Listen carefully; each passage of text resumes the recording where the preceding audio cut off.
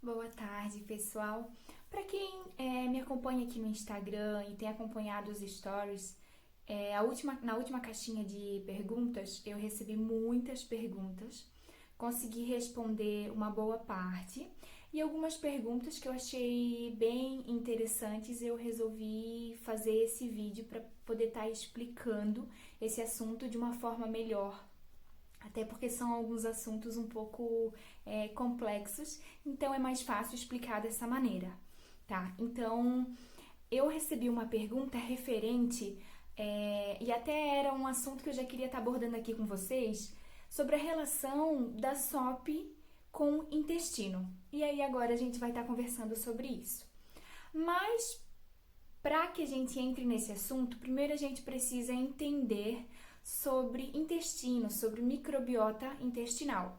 Provavelmente você já ouviu esse termo, né? Microbiota intestinal. E agora eu vou explicar para vocês, tentar facilitar, né, essa explicação para que vocês possam entender o que é isso. Nós temos mais bactérias do que células no nosso organismo. E no nosso intestino isso não é diferente. Nós temos uma população enorme de bactérias. E nós temos tanto bactérias boas quanto bactérias ruins que povoam o nosso intestino, elas moram ali. E para isso a gente dá o nome de microbiota intestinal, né? Onde esses seres vivem.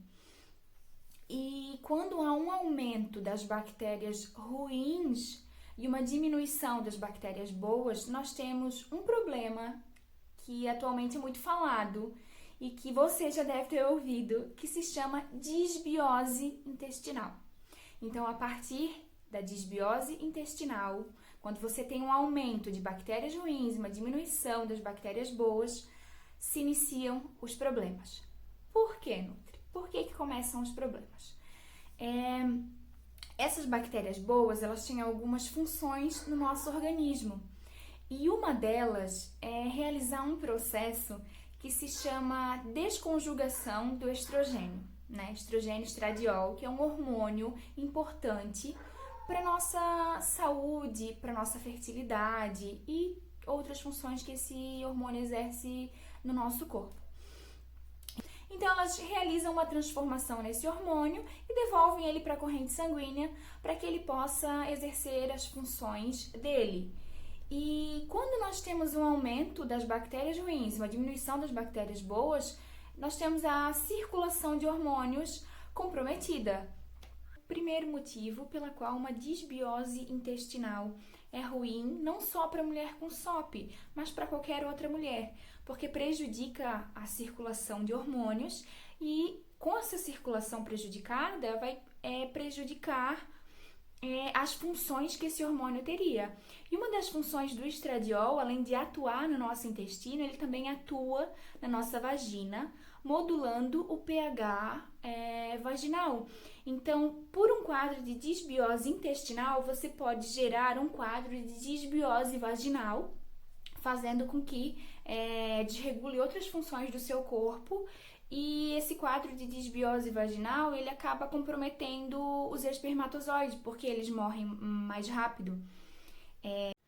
Outra função que o estradiol tem, que vocês devem se lembrar, é que após o pico do estradiol, nós temos o pico do LH, e isso faz com que ocorra o rompimento do folículo e a mulher ovule e possa, então, ter a sua gestação. E se nós temos o comprometimento na circulação desses hormônios, a gente também pode dificultar esse processo. E repito que isso não é ruim só para a mulher com SOP, é para todas as mulheres. Mas a mulher com SOP, ela já tem uma diminuição no estradiol e também na progesterona, porque ela tem um aumento de androgênios, e esse aumento de androgênios, ele compromete essas funções. Então, isso é ruim para qualquer mulher, mas para a mulher com SOP é como se ela tivesse um problema muito pior, porque ela já tem esse comprometimento. Então, ela está tendo um problema 2 vezes maior, né? Um comprometimento por 2 vias diferentes.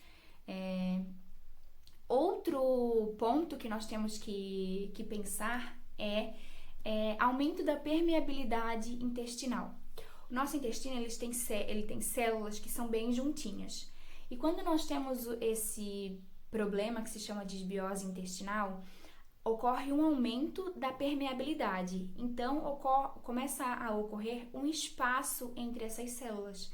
E quando tem um espaço entre essas células, nós damos a oportunidade da passagem de macromoléculas. Então, de proteínas mal digeridas, de compostos inflamatórios, de algo que se chama LPS bacteriano, que é um componente da membrana das células dessas bactérias ruins. Então, ocorre o desenvolvimento de um processo inflamatório por causa do intestino. Então, com o aumento da inflamação, a gente precisa lembrar que ocorre um aumento da resistência à insulina. E o aumento da resistência à insulina vai estimular ainda mais a produção de androgênios. Então, a mulher com SOP, ela já tem um aumento nos androgênios. E agora, por outra via, esse aumento de androgênios vai se ter numa proporção ainda maior. Então, é mais um problema. É algo que piora a disfunção hormonal da mulher com SOP. E aí isso vai prejudicar o ciclo menstrual, vai prejudicar toda a sintomatologia que a mulher apresenta, inclusive a mulher que pretende engravidar. Por isso que é tão importante a gente tratar o intestino. E outro terceiro ponto que a gente precisa entender é que essas bactérias na microbiota intestinal, elas têm a função, vamos dizer assim, elas acabam produzindo tanto as boas quanto as ruins, só que no processo de desbiose as boas estão diminuídas e as ruins estão aumentadas. Então, elas produzem alguns metabólitos tóxicos, né? Então, isso piora o processo inflamatório e os nutrientes que são bons, que a gente precisa absorver, muitas vezes elas acabam metabolizando e utilizando para elas. Então, a gente acaba comprometendo o processo absortivo. A gente precisa de vários nutrientes e essas bactérias, elas são oportunistas e acabam utilizando esses nutrientes que são tão importantes para a gente nesse momento. Então, por isso que para a fertilidade é tão importante, é essencial nós cuidarmos do intestino, tanto homem quanto mulher.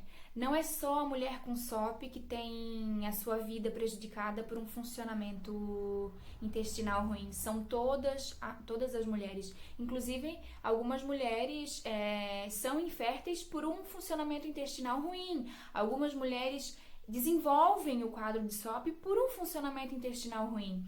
A gente brinca, né, que a gente não sabe o que veio primeiro, o ovo ou a galinha. Então, eu não sei se eu desenvolvi a SOP primeiro, e aí a partir da SOP o meu intestino ficou ruim, ou o meu intestino ruim que trouxe a SOP. Então, é por isso que a gente sempre fala que é um contexto e que a gente precisa trabalhar tudo de uma forma sistêmica.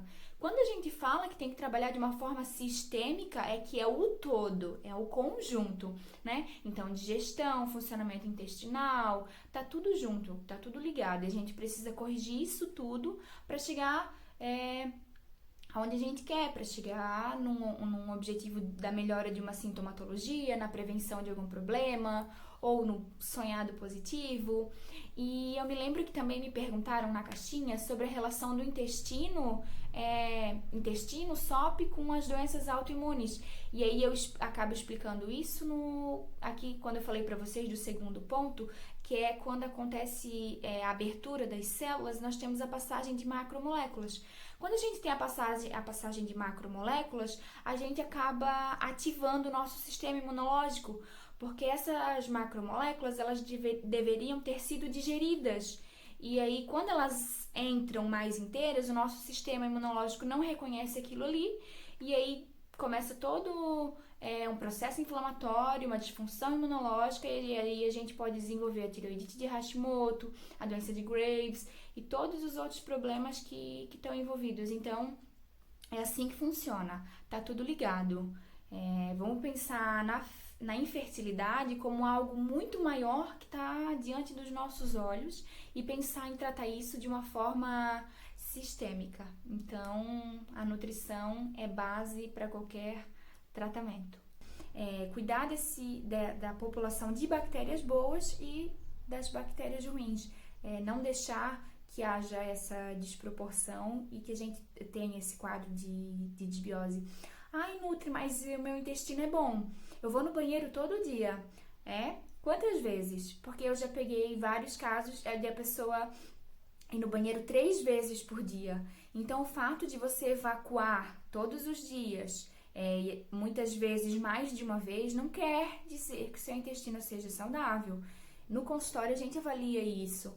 A gente apresenta para o paciente a escala de Bristol, né? As fezes, elas precisam ter uma consistência, uma cor, um odor característico que nos mostre que não existe um quadro de desbiose.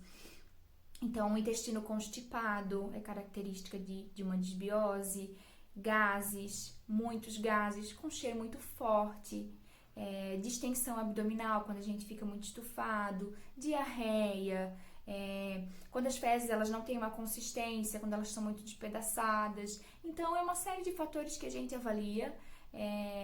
Não é só intestino preso que é sintoma de desbiose. Então, tudo isso precisa ser avaliado.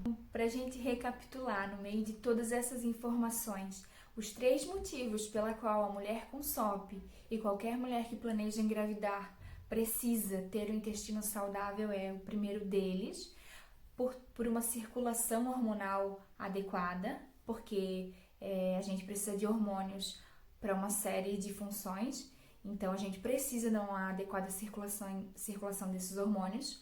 O segundo ponto é pela permeabilidade intestinal, porque quando a gente tem uma permeabilidade intestinal, nós temos a passagem de macromoléculas e a partir disso um processo inflamatório e podemos desenvolver uma série de outros problemas, alergias alimentares, doenças autoimunes e tudo que a gente não quer quando a gente fala em engravidar e em saúde é um sistema imunológico reativo.